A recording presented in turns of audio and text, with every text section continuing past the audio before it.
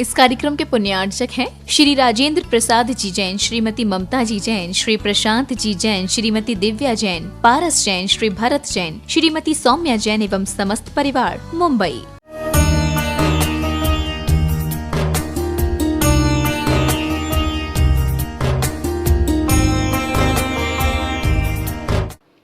अहिंसा परमो धर्म की, महावीर भगवान की, प्रातः स्मरणीय परम पूजाचार्य गुरुवर श्री विद्यासागर जी मुनि महाराज की जय।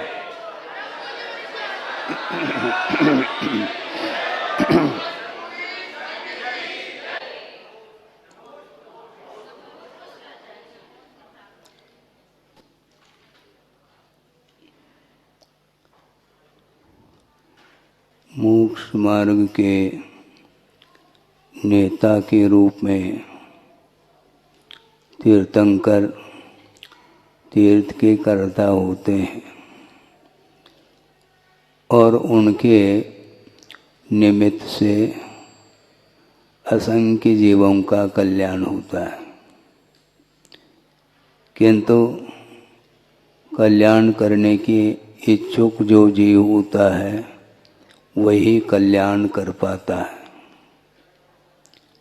प्रभु सामने विराजमान है, किंतु कल्याण उनके निमित्त से होता है।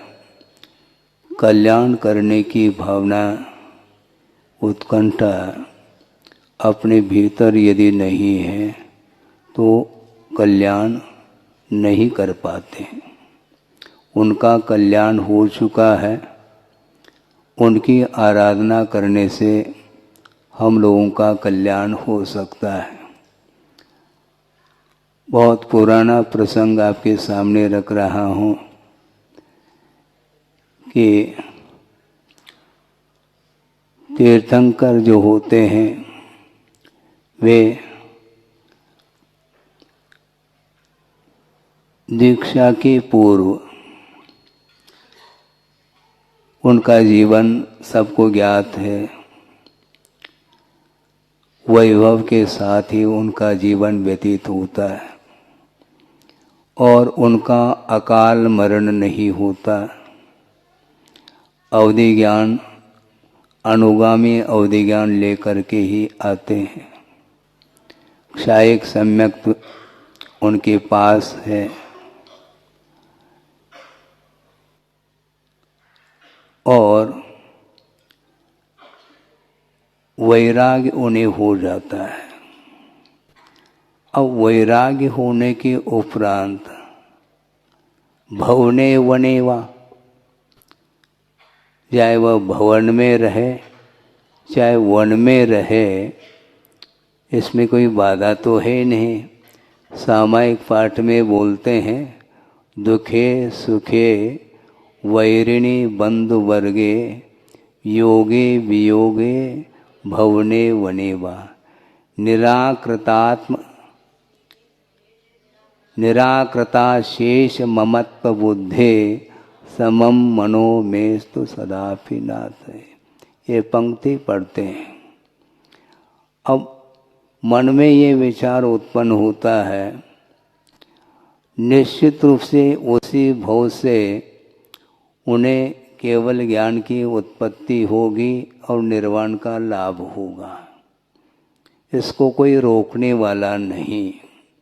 तो ऐसे स्थिति में चाहे भवन हो चाहे वन हो, उसमें भेद तो है नहीं, किंतु वैराग्य जब उत्पन्न होता है वह कहाँ पर उत्पन्न हुआ? उन्हें भवन में ही उत्पन्न हुआ है ना।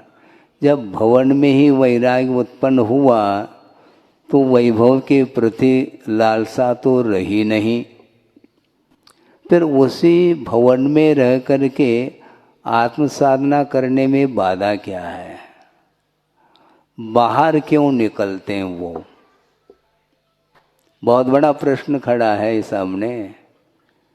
लेकिन गुरुदेव ये कहते हैं, उन्हें निश्चित रूप से केवल ज्ञान होगा साधना के माध्यम से, किंतु साधना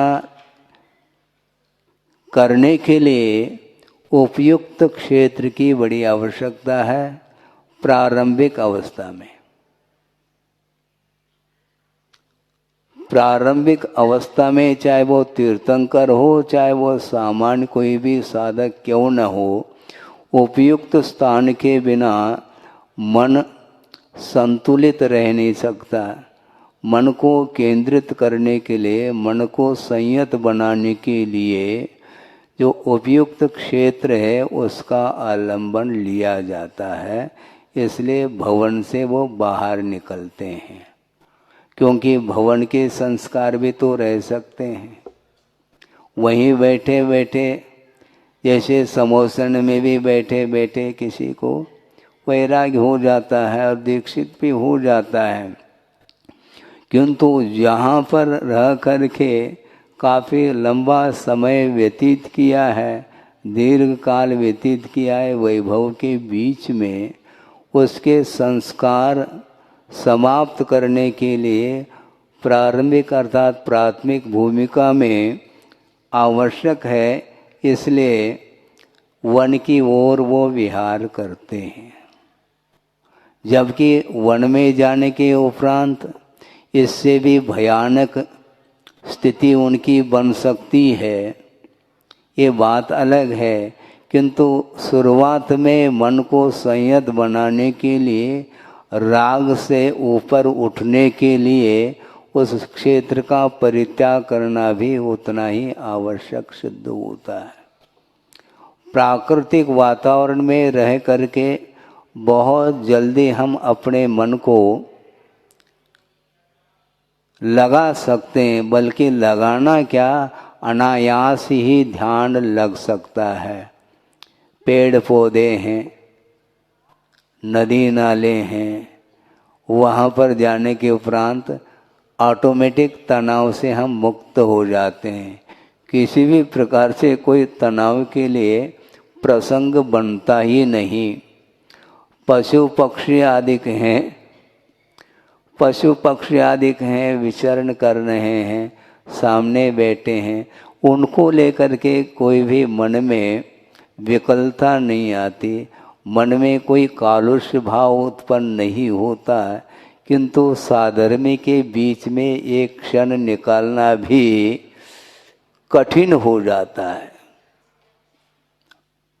और उसमें भी परिचित व्यक्ति के बीच में रह करके तो बहुत ओम शांति हो जाती। पक्की बात है, मन लगता नहीं, मन वहीं जाता है। सामने बैठा है, आकर्षण।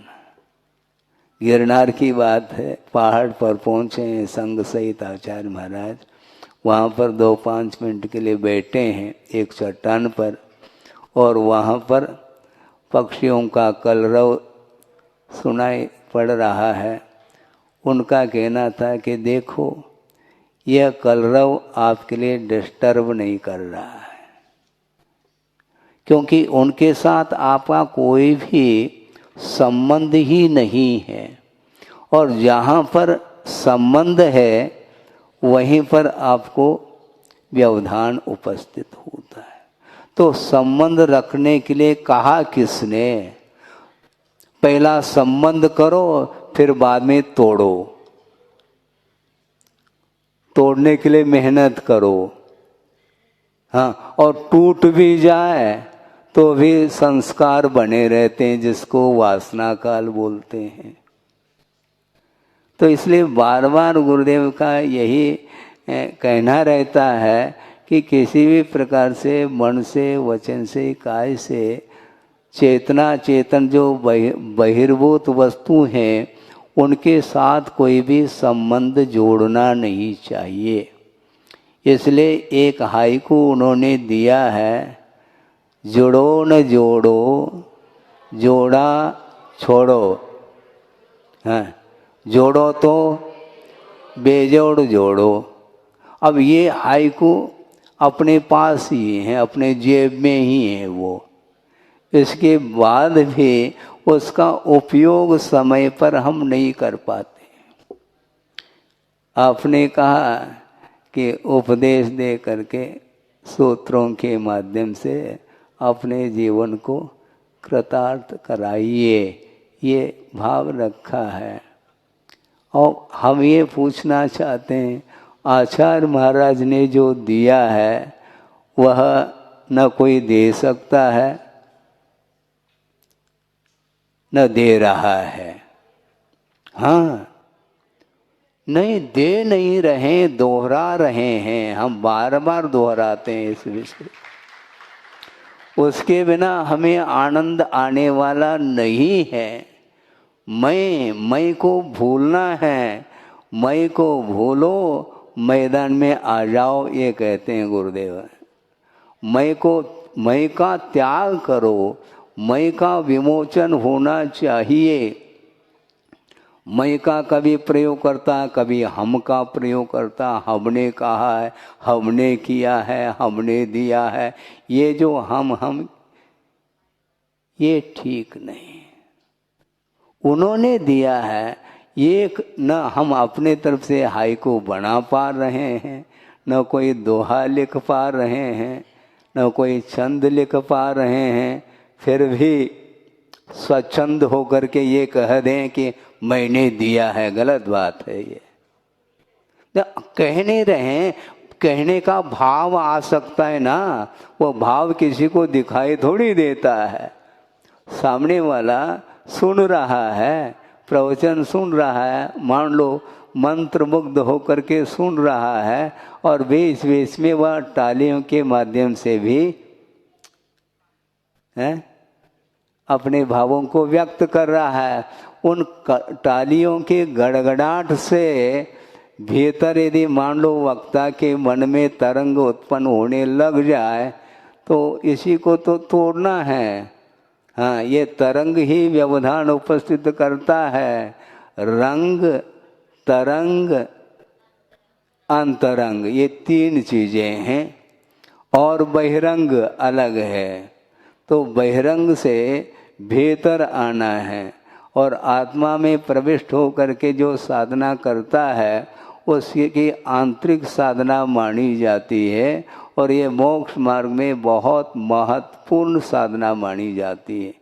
शारीरिक दृष्टि से जो साधना की जाती है वह अपने शक्ति के अनुरूप ही उस साधना को हम कर सकते हैं, बहिरंग तप आदि। किंतु बहिरंग तप का प्रयोजन भी अंतरंग तप के विकास के लिए किया जाता है, यह प्रयोजन माना है। तो मैं क्या कह रहा था, मैं दे रहा हूँ, ये पुनः संबंध हो गया ना दूसरे के साथ। इसलिए जुड़ो न जोड़ो, किसी से जुड़ना नहीं, न किसी को जोड़ना। और अज्ञान दशा में जोड़ा है तो छोड़ो, जुड़ो न जोड़ो, जोड़ा छोड़ो उसको। आज्ञा प्रदान कर रहे हैं आचार्य महाराज, उपदेश नहीं दे रहे हैं, क्योंकि उपदेश को हम मानते नहीं, आज्ञा देने की आवश्यकता पड़ती है। जोड़ा छोड़ो, उसमें मुस्कान नहीं मिलेगा, ये भी ध्यान रखो। छोड़ो, हाँ, आज्ञा है। और जोड़ो तो, क्योंकि जोड़ने की आदत है तो कोई बाधा नहीं, जोड़ो, किंतु बेजोड़ जोड़ना चाहिए। कौन बेजोड़ है मैं बता दो, कोई नहीं है। गुरु है, उनको जोड़ेंगे, उनको हृदय में स्थापित करेंगे। क्योंकि गुरु बोलते किसको, को गुरु अधिगत तत्व, ऐसा कहा। जिन्होंने तत्व को प्राप्त कर लिया है, जान लिया है, उसका नाम गुरु है। को गुरु अधिगत तत्व है। तो इसलिए हम उन्हीं के साथ संबंध स्थापित करना चाहते हैं, और उनकी आज्ञा है। देव गुरु शास्त्र की आराधना करते हुए थोड़ा बहुत यदि मान लो समय है और सामने व्यक्ति आया है और शरण लेने के लिए आया है, मुमुक्षु है, कुछ प्राप्त करना चाहता है, आत्मिक सुख को प्राप्त करने के उद्देश्य को लेकर के आया है तो उसके लिए समय दिया जा सकता है, इसमें कोई बाधा नहीं। और समय देने का अर्थ और कुछ नहीं, समय का अर्थ आगम होता है और आगम के माध्यम से उसको थोड़ा समय दे दो। थोड़ा देना है, ज़्यादा नहीं। ज़्यादा तो स्वयं के लिए। मान लो खेती करते हैं किसान लोग, मान लो स्वयं नहीं करते हैं, दूसरे के लिए दिया है तो उसमें 1/4 उसके लिए और 3 हिस्सा अपने लिए। तो वही हिसाब किताब यहाँ पर भी चलता है। थोड़ा 54 दे दिए, बाकी 75 अपने।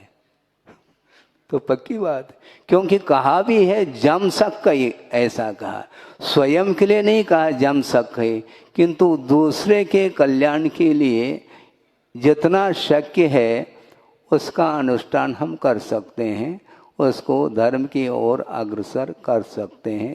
वह चाहे तब की बात है। भीतर की यदि इच्छा नहीं है, स्वहितम उपलिप्सो, अपना हित चाहता है तो उसके लिए दिया जाएगा, वरना नहीं। तो इसीलिए मैं दे नहीं रहा हूँ, जो दिया है, दिया दे दिया है तो उसको उसी प्रकाश में कोई बैठना चाहता है तो बैठे। सामूहिक स्वाध्याय चल रहा है, यही एक धारणा बना लेनी चाहिए। मान लो हम स्वाध्याय कर रहे हैं तो मैं स्वाध्याय कर रहा हूँ, ऐसा नहीं। हम पढ़ा नहीं रहे हैं किसी को, हम सामूहिक पढ़ रहे हैं।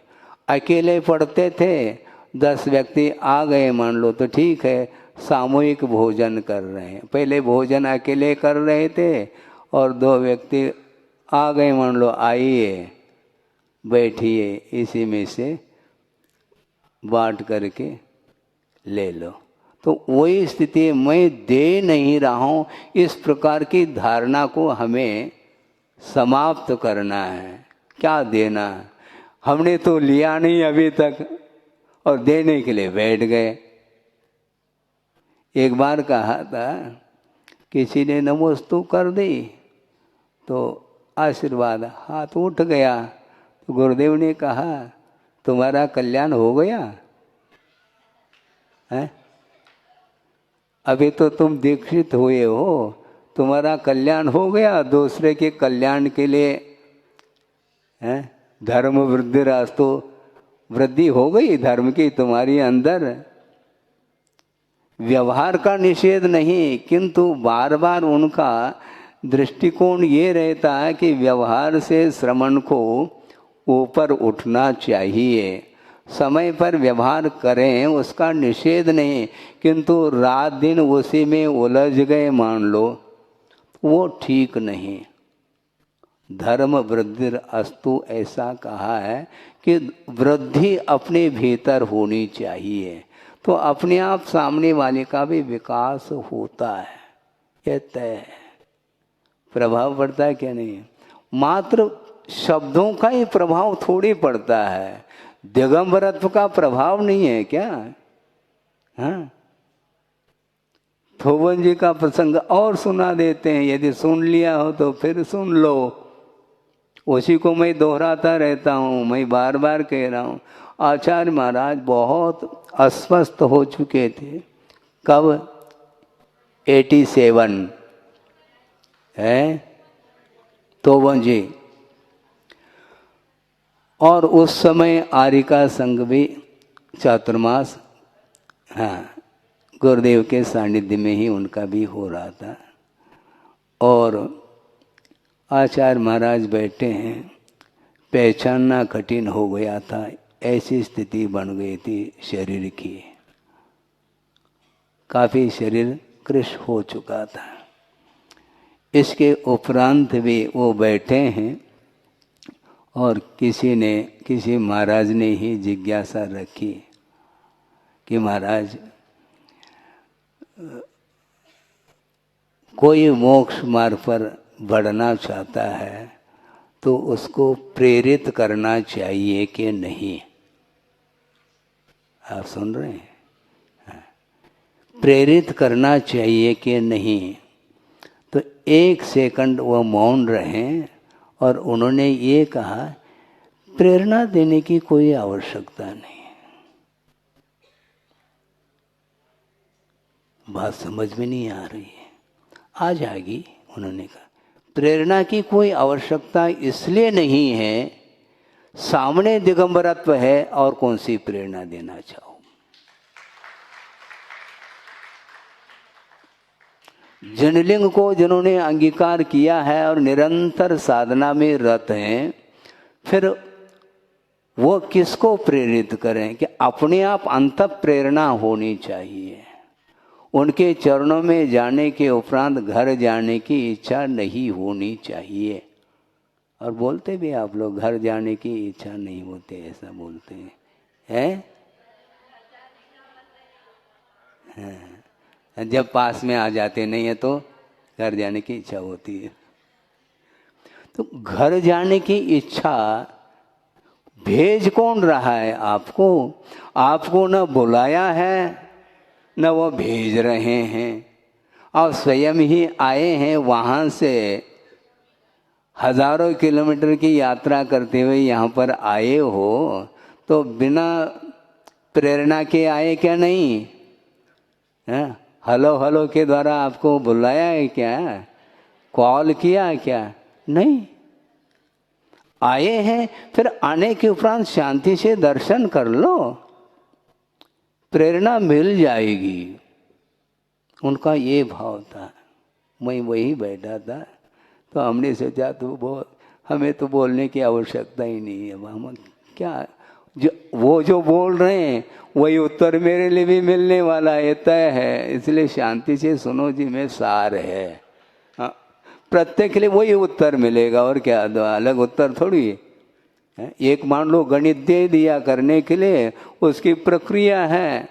अब प्रक्रिया में थोड़े बहुत अंतर भी आ सकता है, लेकिन उत्तर तो एक ही निकलता है, अंतर तो नहीं आएगा ना। तो इसलिए हमने सोच लिया कि देखो आचार्य महाराज 1 सेकंड में उत्तर दे देते हैं और हमें घंटों उत्तर देना पड़ रहा है। तो इसलिए अपने को जोड़ना नहीं।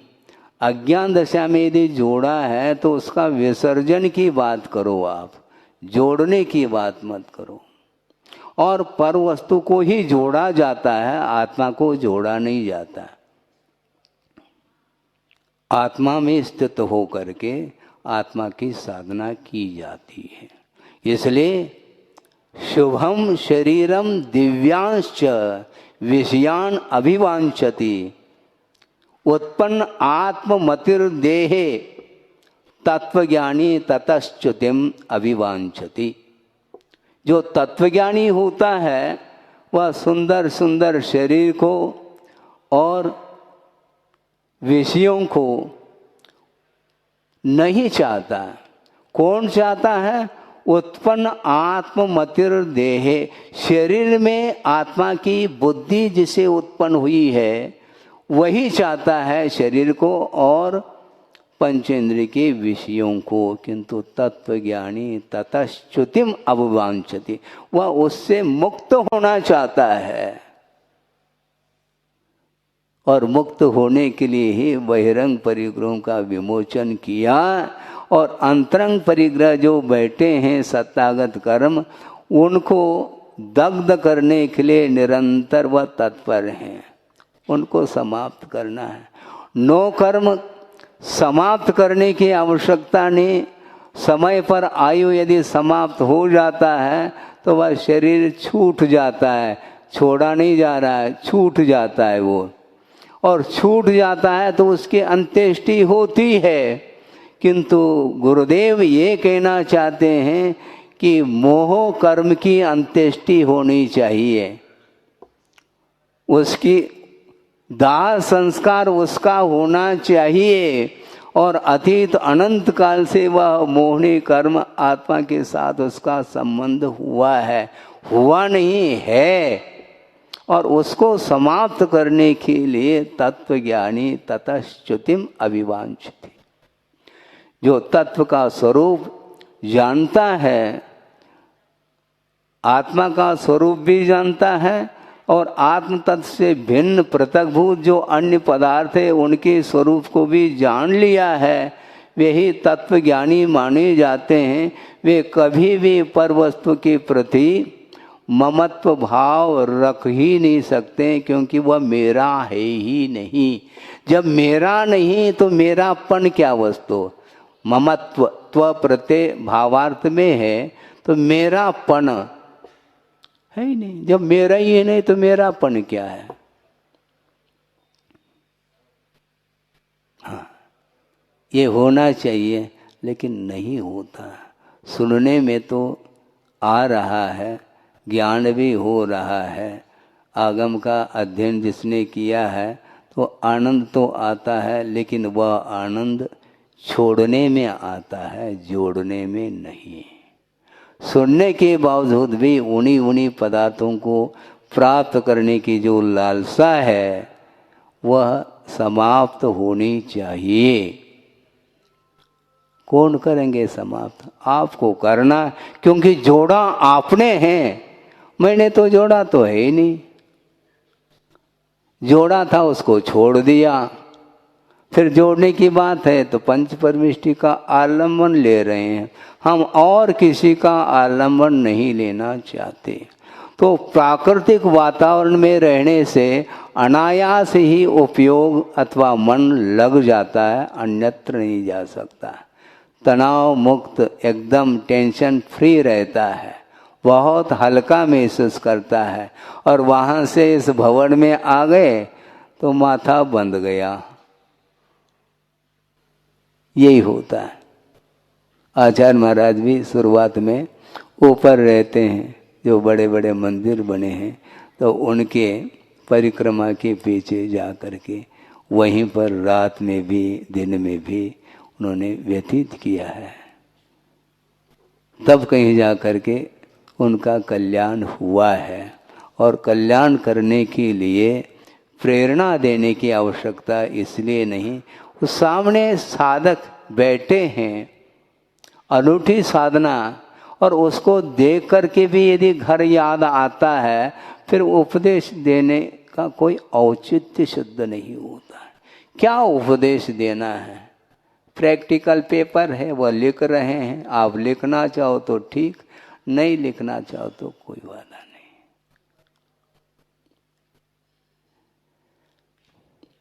भावों का अनुकरण बहुत कठिन होता है। अन्य जो चेष्टाएं हैं वह हूब की जा सकती है, जिसको ड्रामा बोलते हैं, लेकिन भावों का अनुकरण करना अत्यंत कठिन होता है। भावों की निर्मल सरिता में अवगान करने आया हूं। फिर जा क्यों रहे हैं आप? अवगान कर लिया, मेरा सारा दुख दर्द हरो, यह बंद काटने आया हूं। और जहां पर बंद होता है वहां अपनो वापस गाड़ी रिवर्स हो रही है। यही होता है, निषेध नहीं, भक्ति और भावना का निषेध नहीं। इसलिए भक्ति और भावना करने के लिए कहा है। उसके माध्यम से जो वैश्विक संस्कार है, जो अनादिकालीन है, आत्मा के साथ लगे हुए हैं, उनको दूर करने के लिए एक माध्यम है। किंतु इसके माध्यम से आत्मा के ऊपर संस्कार पड़ने चाहिए। हाँ, बार बार पलट करके देखना चाहिए, मैं सही लिख रहा हूँ क्या नहीं। दिल के आईने में देखो, हैं? दिल के आईने में देखो, दूसरे के आईने में क्यों देखते हो? प्रतिदिन संसारी प्राणी हैं, पौर्वाणिक वेलायाम, हाँ, सुबह उठ करके नहा धो करके वह अपने शरीर को अलंकृत करता है, संस्कारित कर रहा है। अनेक प्रकार के सौंदर्य प्रसाधन वस्तुओं के द्वारा इस शरीर को वह और देखता है काय में, दिल के आईने में नहीं है। दर्पण मुखड़ा वो देख रहा है। वो क्यों इसलिए देख रहा है कि चेहरा यदि व्यवस्थित है तो बाहर निकलने लायक हूँ, ये है उसका। क्योंकि बाहर कोई देखेगा तो वो उसको अच्छा देखने में आना चाहिए। अपना मुखड़ा स्वयं को देखने में नहीं आ रहा, दर्पण की आवश्यकता पड़ रही, और सामने वाला व्यक्ति बिना आईने की ही आपकी सूरत को देख रहा है, तो उसको अच्छा लगना चाहिए। यह प्रदर्शन यहीं से प्रारंभ हो गया। ये पौराणिक व्यायाम ये प्रतिदिन ये चलता है। घंटे 2 घंटे में वस्त्र का परिवर्तन अधिक भी कर लेता है। ये सब क्या है? आधा घंटा हमारा निकल गया, हमने सोचा इसी प्रकार निकालो कुछ न कुछ। उन्हीं की बातों को उन्हीं के लिए सुनाया जा रहा है, अपनी कोई बात तो है ही नहीं। अपनी बात तो यहाँ पर आत्मा की चल रही है, और आप लोगों की बात केवल शरीर को लेकर के सारा समय व्यतीत करते हैं। सोचो विचार करो, प्रत्येक समय संसारी, इसलिए नित नए शरीर को प्राप्त करने की वह इच्छा भी रखता है। वृद्धावस्था आ गई, अब नया शरीर यदि मिलेगा तो इससे भी बढ़ करके अच्छे खूब सुंदर मिलना चाहिए, और मन चाहे विषय भी उपलब्ध होना चाहिए। इस प्रकार वह बार बार इच्छा रखता है। इसी को निदान बोलते हैं। भोगाकांक्षा निदान, भोगों की जो आकांक्षा है, इच्छा है, उसको निदान बोलते हैं। निदान हुआ क्या नहीं? और निदान का अर्थ क्या? रोग का परीक्षण हो जाता है, डायग्नोसिस बोलते हैं, निदान। उसके बाद ट्रीटमेंट प्रारंभ होता है। लेकिन आप निदान कर रहे हैं भविष्यत काल संबंधी, आगामी आने वाला जो भव है, पर्याय है, वह हमारे लिए अच्छी पर्याय मिले और मनवांछित सारे वैभव आदिक मिले, इस प्रकार वह चाहता है। कौन चाहता है? उत्पन्न आत्ममतिर देहे, ऐसा कहा। शरीर में आत्मा की बुद्धि जिसकी हुई है, वही इस प्रकार के शरीर आदि को प्राप्त करना चाहता है। किंतु तत्वज्ञानी ततश्च्युतिम अभिवांछति, तत्व का परिज्ञान जिन्होंने कर लिया, वो भूल करके स्वप्न में भी इन पर वस्तुओं के प्रति कोई इच्छा नहीं रखते हैं। ये इसका प्रवचन का सार है। इसके माध्यम से आप कृतार्थ हो गए हैं तो अच्छी बात है। अगले सत्र में ये होता चला जाता है। केवल सुनना नहीं, किंतु सुन करके उसको अपने जीवन में उतारने का पुरुषार्थ करते हैं, तो शरीर से अतीत जो जीवन जी रहे हैं सिद्ध परमेष्ठी, वहाँ तक हम पहुँच सकते हैं। उस रूप हम अपने जीवन को ढाल सकते हैं। अहिंसा परमो धर्म की जय। बोधि समाधि परिणाम शुद्धि, स्वात्मोपलब्धि शिव शोक सिद्धि, चिंतामणिम चिंतित वस्तुदाने वंदमानस्य ममास्तु देवी। हेलो, परम पूजाचार्य गुरुवर श्री विद्यासागर।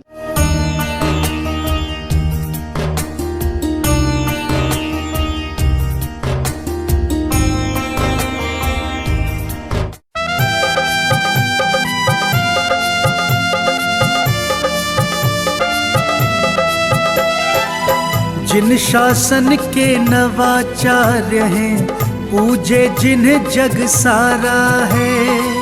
जिन शासन के नवाचार्य हैं, पूजे जिन्हें जग सारा है। परम पूज्य श्री समय सागर को शत शत नमन हमारा है।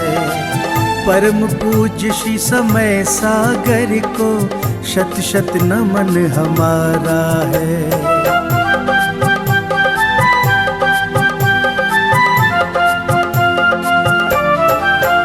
गुरुवर के पावन श्री मुख से जब अमृत की धार झरे, मंत्र मुग्ध हो जाए प्राणी, जीवन का कल्याण करे। गुरुवर के पावन श्री मुख से जब अमृत की धार झरे, मंत्र मुग्ध हो जाए प्राणी, जीवन का कल्याण करे। मोक्षदाहिनी वाणी उनकी ज्ञान की अविरल धारा है। परम पूज्य श्री समय सागर को शत शत नमन हमारा है। परम पूज्य श्री समय सागर को शत शत नमन हमारा है।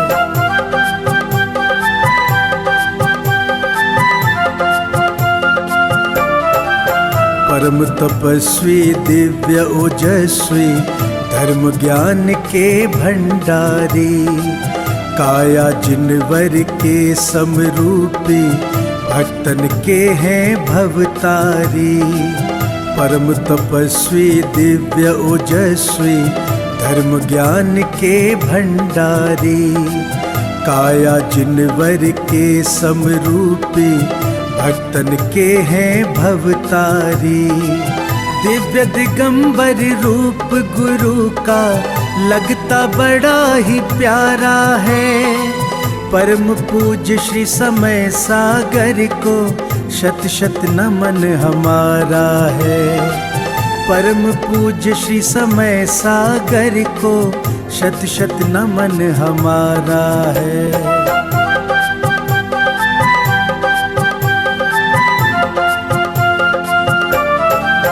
विद्या गुरु की प्रतिमूरत है, उनकी ही परछाई है। वही ज्ञान वाणी और करुणा दिव्यता वही समाई है। विद्या गुरु की प्रतिमूरत है, उनकी ही परछाई है। वही ज्ञान वाणी और करुणा दिव्यता वही समाई है। जिन वाणी चैनल करे भाव से नित गुणगान तुम्हारा है। परम पूज्य श्री समय सागर को शत शत नमन हमारा है।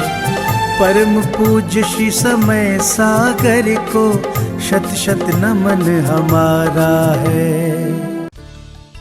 इस कार्यक्रम के पुण्यार्चक थे श्री राजेंद्र प्रसाद जी जैन, श्रीमती ममता जी जैन, श्री प्रशांत जी जैन, श्रीमती दिव्या जैन, पारस जैन, श्री भरत जैन, श्रीमती सौम्या जैन एवं